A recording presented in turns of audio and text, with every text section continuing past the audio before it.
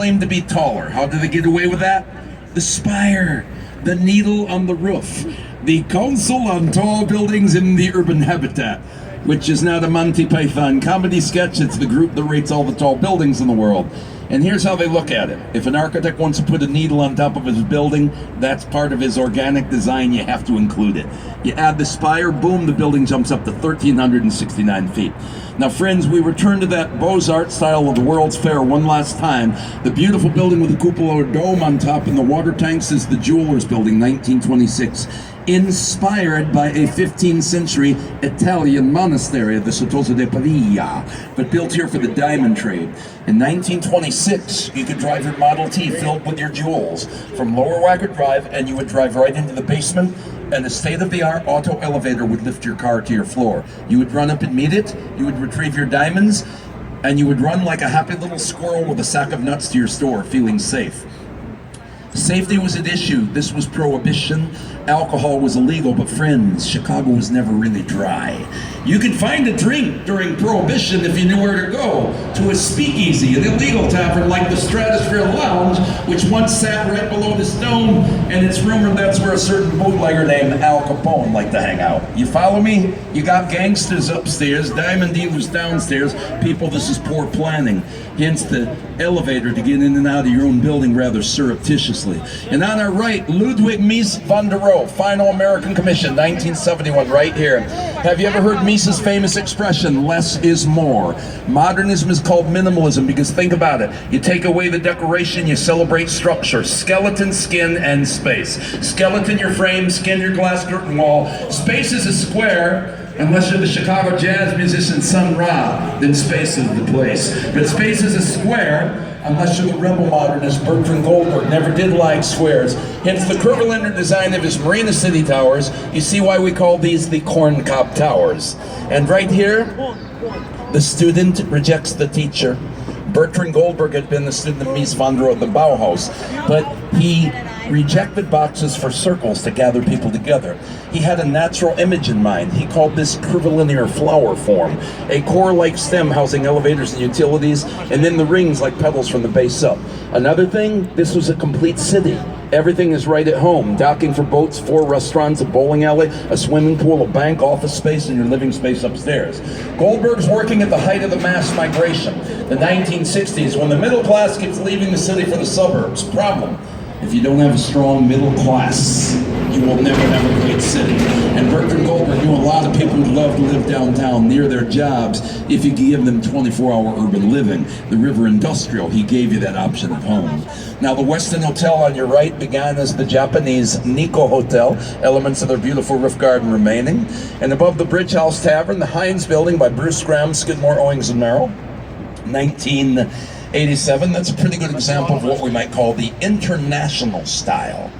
In a nutshell, the international style modernists had come up with a viewpoint: we don't know what businesses in the future might need. So the safest bet, let's be totally neutral. Let's stick everyone around the world just in a big glass box, rather bland, and do that over and over and over. And that kind of happened for a very long time.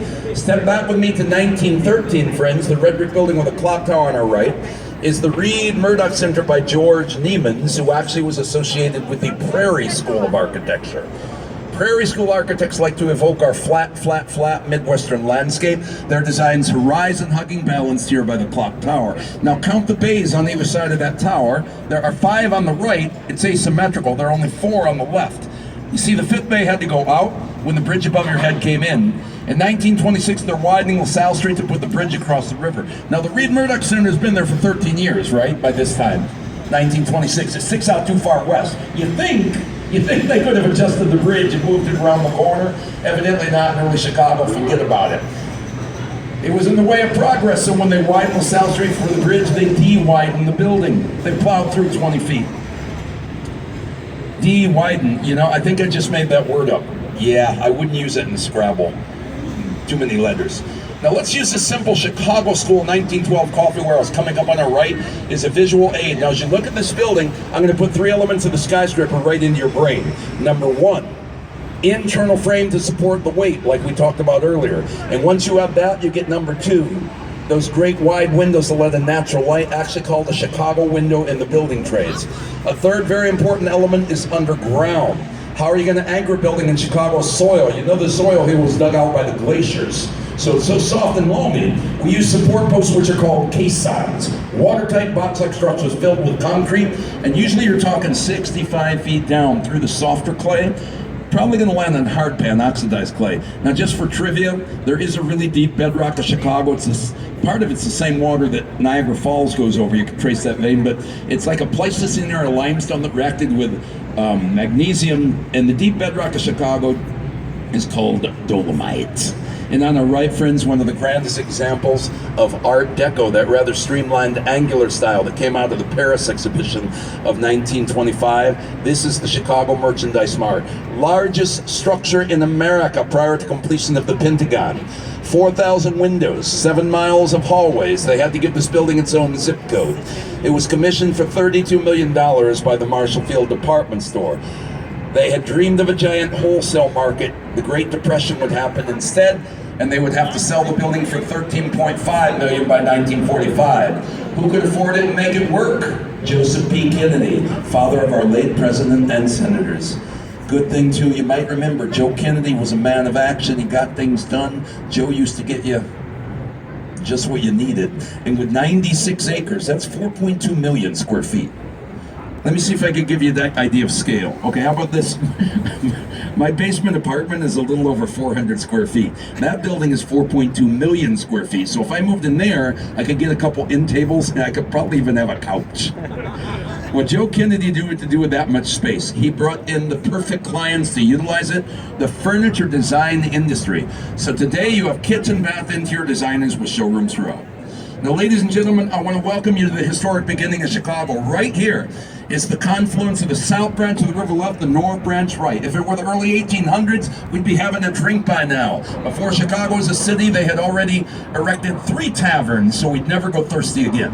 Where you see the Bauhaus Sun-Times newspaper headquarters and the Wood Point Towers under construction. You would have had the Miller House Tavern, 1827. In front of you, where you see the new part of the Riverwalk for people and the new condos of River Point, which are going to have fine and casual dining restaurants eventually. That was the site of the Wood Point Tavern. And at the corner of Lake Street, you would have stumbled upon a log cabin hotel called the Sauganash. Potawatomi for Englishmen. Chicago's only hotel was not run by the Englishman it was named for, Billy Caldwell.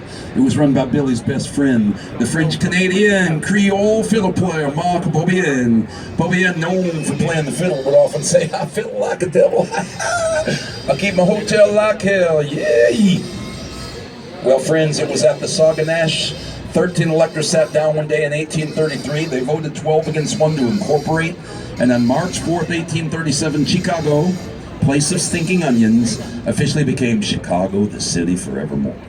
Now, we're going to tour just a bit of the North Branch. Now, this is still a working industrial river. River barges carry what you might call high-volume, low-grade building materials like slag, gravel, and sand. And if you're from a snow belt state, you spend the winter scraping road salt off your automobile, good chance before it got to your city trucks, traveled on a barge on the river system.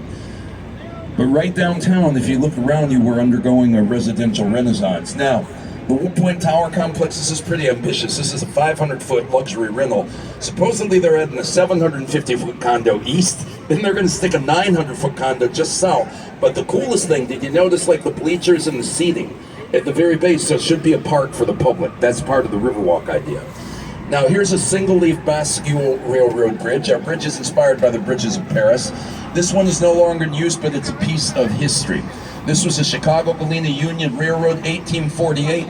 We keep it around even though we don't use it, just to scare the people living across the way over here at Fulton House. Harry Weiss, 1981, one of the first loft conversion units in Chicago. See those 3-foot thick masonry walls? That building was built in 1908 as a refrigerated warehouse for 70 years. Before Harry could turn it into condos, he had to defrost it for a year. The big job, pulling the horsehair off the walls. Horsehair was your insulation. In 1988, Harry Weiss did what I consider the 4 coolest townhomes in Chicagoland, the River Cottages. Can you tell this architect was a sailor? Porthole windows like you'd find on a ship. Look at the skylights, they look like schooner sails. Harry Weiss was an architect, a sailor building his own boat, and 20 years ahead of everyone else in his thinking, Harry wanted to see what we get to witness today with newer developments like the condos of Kinsey Park stretching out on your left, or the luxury rentals of Kingsbury Plaza on our right. I'm talking, of course, about the return of residential living in the heart of Chicago downtown, which had fallen off for a good 100 years after the Great Fire. Harry Weiss knew people would come back to the water. Harry would say water is a magnet, it will draw people to it. I think Harry Weiss got it. He knew that we human beings have a Jungian archetype in the brain, yeah? We all seem to long for the sea, the original source, the vast expanse, the blue, the azul. And if you don't have an ocean at home, my friends, I tell you, some days a river is enough. Now, why do you think residential living fell off for so long? Twofold. Number one, economics. Remember after the fire, they passed that ordinance and they said you could not rebuild with wood in downtown Chicago. Well, you know what? In the 1800s, most people couldn't afford brick or steel. If you could only rebuild your home with wood, you had to get out of Dodge, build outside of town. So then you see a trend of moving away from the center. Now there's a second reason residential living falls off. The river itself is still a polluted mess right up into the 1970s. Now remember that Chicago Sanitary and Ship Canal I talked about? That amazing project that reversed the current of the river, sending our pollution to St. Louis, Missouri. Do you realize that took 8 years to dig? They took out more dirt than the Panama Canal. But did they solve the pollution problem back then? No.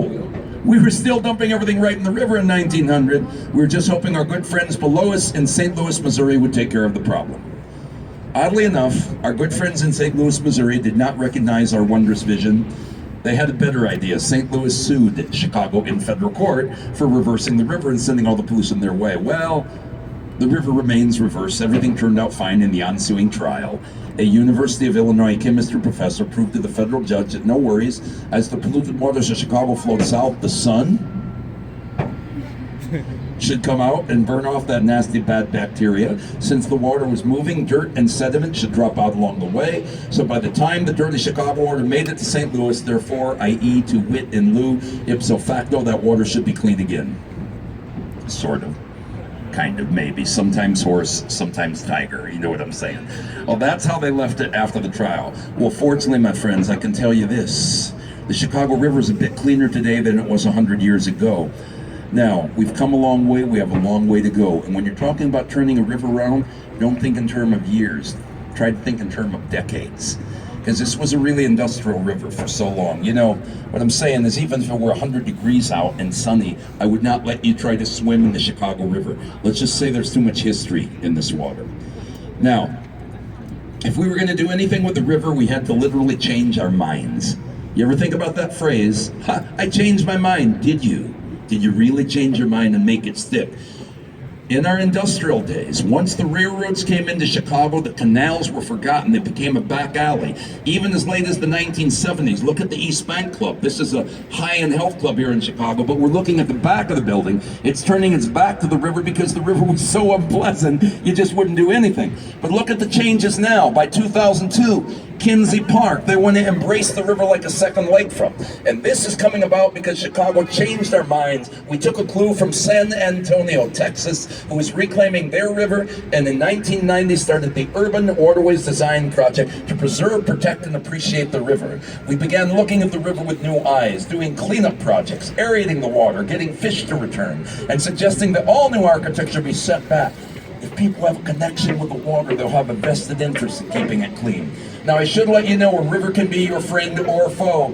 The river turned into a foe right here at the Kinsey Street Bridge. Now, I told you about the Great Chicago Fire, but did you know about the Great Chicago Flood of 1992, an economic disaster caused when those pilings, hey Harold, that's Harold there. And Maud is over here, by the way, on this one. She's nesting there. Those pilings caused the Great Chicago Flood. They were put in the wrong place. Now, don't go blaming the workers. The pilings protect the bridge from getting hit by barges. But the workers were given outdated maps. So when they drilled those pilings in, Their maps didn't let them know they were directly atop, and indeed they cracked a hole in the ceiling of what had long been forgotten. Then right below you, there are 72 miles of abandoned underground railroad tunnels in Chicago, the remnants of a 131-car miniature locomotive coal train. Used from the 1890s to the 1950s, those tunnels go into the river 11 different points. One of my architecture books at home, I have a picture of Mae West, the actress, and she's riding that little train underneath the city of Chicago. Now, they haven't been used since the 50s. The workers don't even know they've caused a problem. Who finds the leak? The cable guy. The cable guy is down there laying cable in January 1992. He looks up. Chicago River water is leaking on his head where the pilings have cracked the ceiling. I imagine him saying, "Whoa, dude, better report that."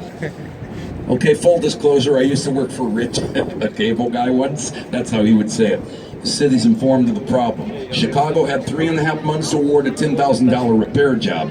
You would send a drilling company down there, patch a leak in the story. Of course, it didn't go down like that. Somebody dropped the ball. Well, my friends, the Chicago River waits for no bureaucrats. Every day, the water was eating away at the tunnel roof till it broke through. And although city, to their credit, got a drilling company down there in the spring, they were doing everything possible. It was too late. Because once the water broke the tunnel roof, 250 million gallons of river water created a whirlpool appeared in the river. It pulled in 250 million gallons. And it went through the tunnels and came out in the Merchandise Mart, the Chicago Daily News building, Marshall Field's department store. They had to shut Chicago down for 4 days. The cost of procrastination. A $10,000 repair job cost $1 billion instead.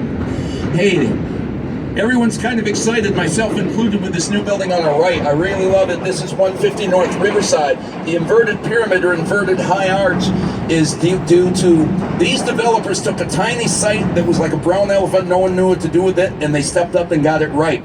Because you're hemmed in by the river and railroad tracks, so they cantilevered it in 4 floors to deal with the air rights over there coming in, and decided to match it for structural reasons over here as well. They're referring to this as a building in a park. They'll actually only cover, be like 25% of their footprint there, and then the lower area where you're going to see the Clark construction workers doing the build out of the building, that's going to be green space, and that'll hide a parking lot. And they're doing something else with this building, which is pretty unique. At the very top,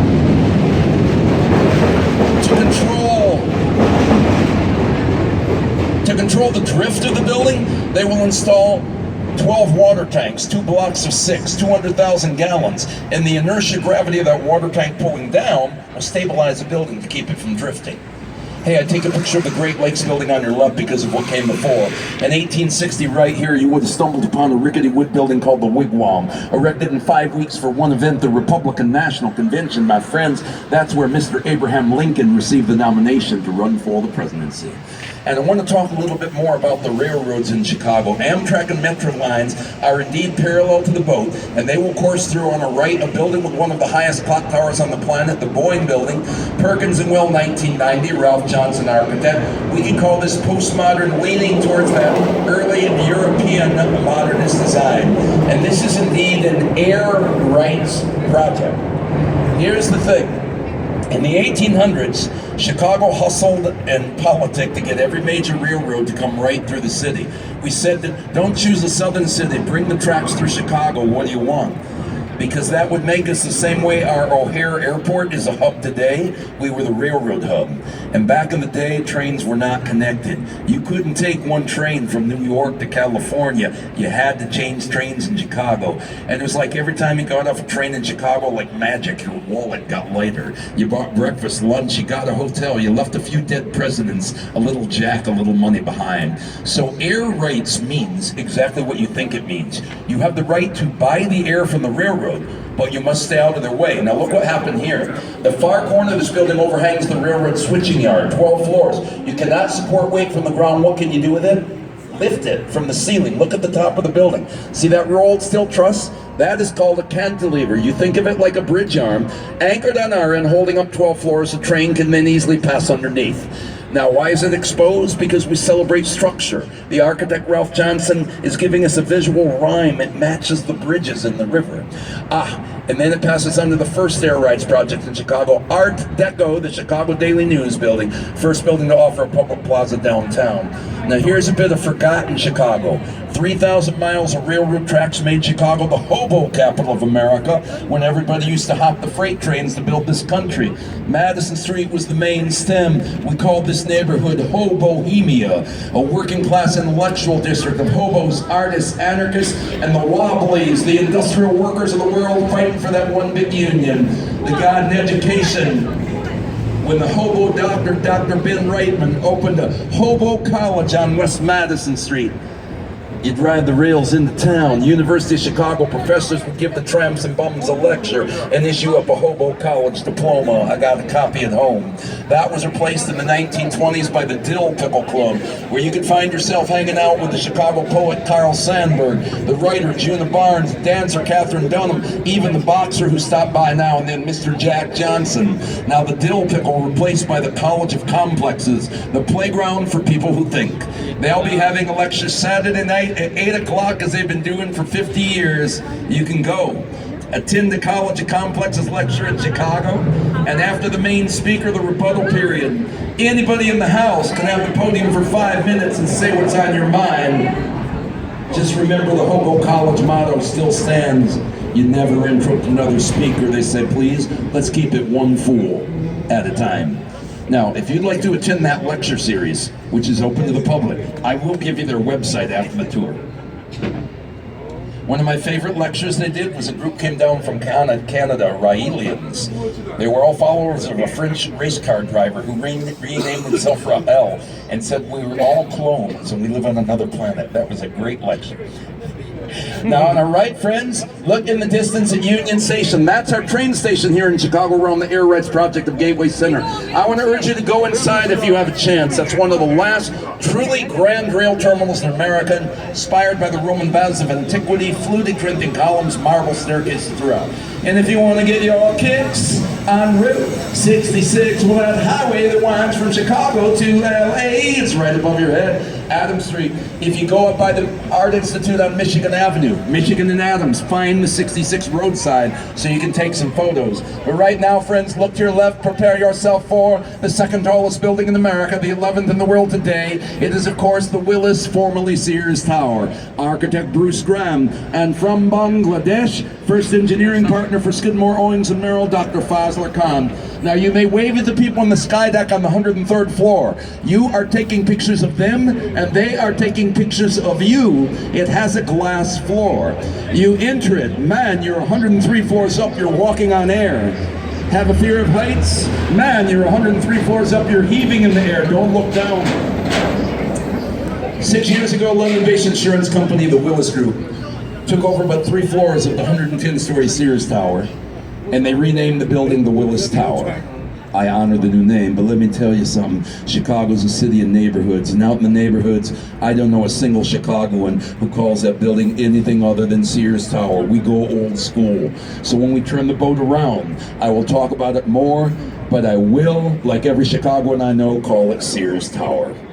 Oh, and because I am multitasking today, and I have to practice my musical lessons from Kazil in Tuva in double note throat singing, when I say the word Sears later, I should probably let you know, I will be attempting the Tuvan throat singing technique known as Sigit, or birdsong to say the word, as opposed to the more common Tuvan throat singing technique of or the frog style of Tuvan. On our right, friends, this is the former Chicago Central Post Office, Art Deco in style, Graham Anderson props in white, 1921. Movie fans, if you saw The Dark Knight, the Batman movie, this was the movie set. The interior was the Gotham City Bank the Joker was robbing in that opening scene. Now the building is taking up an entire city block. Look how the Congress Parkway has to cut right through its heart. Why did we need such a gargantuan building to handle the mail back in 1921? I would put forth an argument. The mail order catalog business was invented in Chicago, and I think I can back that up, because it was right after the fire, 1872. And the man who was thought to be the first person to do a total mail order business would have been A. Montgomery Ward, the catalog king, who went out to the rural grange halls of the agricultural communities and made himself the friend to the farmer. Back in the day, many farm kitchen table in America always had that big old Montgomery Ward catalog right there on the kitchen sideboard. The soft pages of last year's catalog, well, let's just say that was out back of the farm for other purposes. But even without Morgan Sears, we built a giant post office. Welcome to Chicago, the great American city of exaggeration. Do it big, we'll do it bigger. 1921, largest post office on earth, 2.7 million square feet. Booyah! But you know what? Elevators can slow things down, right? I mean, waiting for elevators, isn't it a little like waiting for Godot? As our friend the playwright Beckett might say, you never know if they're actually going to show up. So what happened was that in 1996, the post office abandoned this grand old building. It got landmark status. And then it lay fallow for like 20 years. So they have an international public auction, and in 2009, they sold the building for $24.8 million to one of the richest men in England, a Mr. Bill Davies. I understand he lives in Monaco now. Now, when he first picked up the building, he was talking big plans. He was talking about investing $1.5 billion over 10 years, things like a high-end fashion mall, a 2,000-foot hotel, billions of dollars in over 10 years, turn this entire area into a worldwide shopping destination. Because as you know, my friends, our world is suffering from a terrible shortage of worldwide shopping destinations. We need more places to get stuff, things, and junk. Well, everything was going swimmingly, but then his anchor tenant pulled out. And then he turned down Mr. Davies. I guess he had 2 offers. This is all coming from the Tribune. I followed this like a hawk, like every time they'd have an article on it. And it looked like there were 2 offers on the property, and it turned it down. The city started getting antsy, like he's just sitting on the property for 5 years and nothing's happening. So the next article, the city starts to talk about eminent domain, about seizing the property for development. And then the next article, boom, it's under contract all of a sudden to a New York firm who really has a track record. Same firm that developed the west side of Manhattan. And they own the Aon Center already, so I think this deal is going to go through. They're actually going to do something with it now. I want you to notice the skyline, the tall buildings drops off. The business district is behind you. In Chicago, necessity was the mother of invention. We became the skyscraper city because we were locked in with a business district bordered by the river on the north. The lake was east. South and west, you were caught up by railroad tracks. If you were in business, you had to squeeze downtown with everybody else where the action was. Well, think of it this way, especially my younger passengers. Think way, way back, before cell phones, before email, before text messaging. Can you remember when business was once the art of the handshake, the deal? You would meet your customer not Facebook to Facebook, but face to face. In my day, we had 2 human beings in the same room. OMG, imagine LOL Sid. We couldn't sprawl out, we could only go up. And the tip of the hat is due every single day. Tip your hat to Mr. Otis, right? Because without the Otis elevator, you'd be stuck on the ground floor. Oh, by the way, Otis Elevator Company has a regional office up north in Minneapolis. It's very sad. Otis Elevator is in the 1-story building.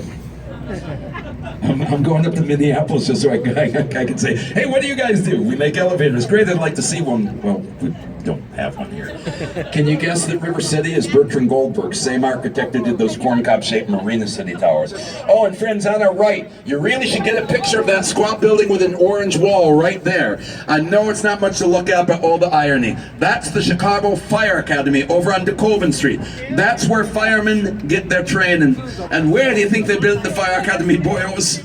Don't you know they put it right on top of Patrick and Catherine O'Leary's barn? That orange wall was the O'Leary barn, where on that fateful night of October 8th, 1871, Daisy the cow, that ornery heifer, kicked over the kerosene lantern and almost destroyed us all. Now sure, that was the O'Leary barn. Sure, the fire started right there. Sure, there was a cow named Daisy. But no, she didn't start the fire. I've come before you today. In fact, I think I graded the entire river tour just so I could say the same 3 words every day. Forgive the cow. Daisy was framed, they set her up. She didn't do it. The truth is, no one will know for certain what caused the Great Chicago Fire, but we know where the cow story came from. Here's the funny thing. We've known where the cow story came from, actually, since 1893. So, it turns out the story about Mrs. O'Leary's cow kicking over the lantern was totally cooked up by a couple of newspaper cats, man, from the Chicago Tribune. One of those reporters was named Michael Ahern, and he admitted it. He admitted it in 1893 that they made up the whole story during the World's Fair. He said, yeah, we made it up. What? It was a great story. It was a slow news day. We sold a lot of newspapers. Back then, it turns out that the press was more about entertaining people than actually reporting the truth. Not like today, but the fire started right over there. Oh, ladies and gentlemen, get your cameras ready. Now, photographers, if you know how to use the black and white feature, and I say if you know how to use that, because I've got a great Canon digital ELPH. It's been sitting on the shelf for 5 years gathering dust because I started playing with the digital computer screen on the back, and the only thing I can take are like fly's eye pictures. They're pretty psychedelic, but they're not really what I'm looking for. If you know how to use the black and white feature, I always suggest this is the day to do it. A blue sky day, anyone can have that. But once you start getting, kind of the different colors in the cloud cover, I think in black and white you'll find aesthetically figure and ground, it pops out a little more. Ladies and gentlemen, it is indeed the second tallest building in America, the 11th in the world today, the pride of Chicago, the one we call by its old school name. It is the one, the only, the Sears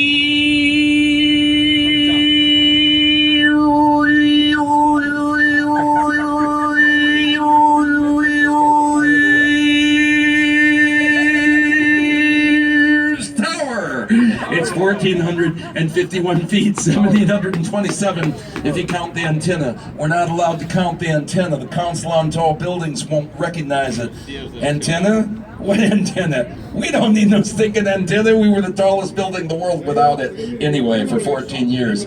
Now, as you look at the building, the construction technique is what Skidmore, Owings, and Merrill would refer to as a bundled tube system, a bundled tube system. You may think of the building like a bundle of sticks wrapped together for string. It literally consists of number 9, contiguous steel tubes, each a 65-foot square. Now, if you look, they terminate at different sections. Now, we can't see the first two at 50. The next two, though, you can see. Look to your left, two cut off at 66. You see it there? Now, 311 South Wacker, that's the pink tower that looks like a white castle in front of it. That's the 90th cutoff right above there, and that's 3 sections of the building. And then the final two take it up 110 stories. Why terminate the different sections of the Sears Tower? This is because you were in the Windy City. And although the nickname for Chicago, Windy City, had nothing to do with the wind, we got the nickname the Windy City because our early politicians were just like me, known to be full of hot air. But even without that, we were a Windy City, and are a Windy City with a possible 81-mile-an-hour winds. You have to deal with that. Now, personally, when I look at the Sears Tower and I think about how the wind is affecting it, I usually start thinking of the great Chinese philosopher Lao Tzu, writing in the Tao Te Ching so many years ago, can one learn to be flexible? Can you follow the Tao? Can you bend and still remain straight? And then I look at the Sears Tower and I say, yes, my Sears Tower is following the Tao. For guess what? This building will flow with the way. It does not resist. Tall buildings are flexible. They have what is called a sway factor. And that means the Sears Tower, under gale force winds, supple as a newborn babe, like a leaf on the wind, it can move 3 feet in any direction it wants. And how do you know how much it's being affected that day? Look at the toilet bowl. You'll see the meniscus level going. That's true. That's true. I got that from an architect who comes back to visit every now and then. Tallest building in the world for 22 years. Now, you know the tallest building in the world today. The Burj Khalifa in Dubai, the United Arab Emirates. It is 2,717 feet. That's the tallest on the planet. It is not Chicago. Do not fret and do not cry. Who was architect of the Burj Khalifa of Dubai? I think you know where